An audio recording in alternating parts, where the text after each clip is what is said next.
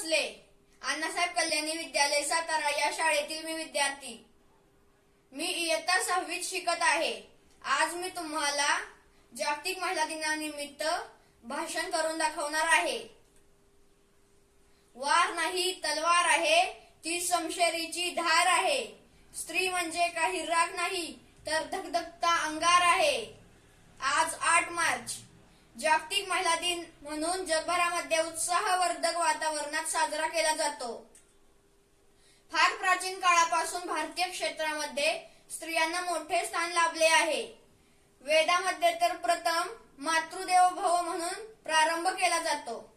मातृदेवो भव, पितृदेवो भव. त्वमेव माता पिता त्वमेव.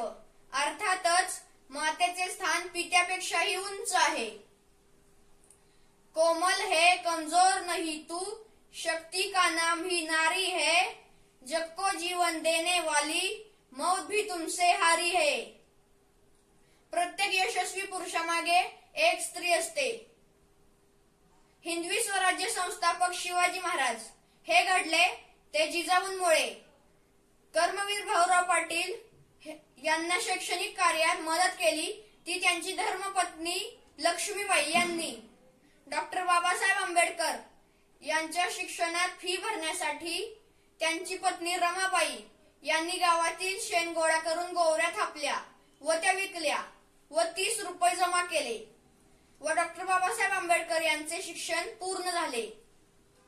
स्त्री हे अगाध शक्तीचे रूप आहे. हिरकणी सारखी आई स्वतःच्या बाळाला घेऊन रायगडाचा उभा कडा चढली. राणी लक्ष्मीबाईने तर स्वतःच्या पाठीला बाळ बांधून लढाई खेळली व ते युद्ध जिंकले. लता मंगेशकर या भारताच्या गान कोकिळा बनल्या.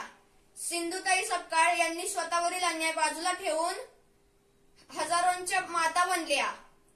शेवटी जाता जाता इतकेच म्हणेन, नारी तू घे अशी उंच भरारी, फिरून पाहू नकोस माघारी, फिरून पाहू नकोस माघारी. धन्यवाद.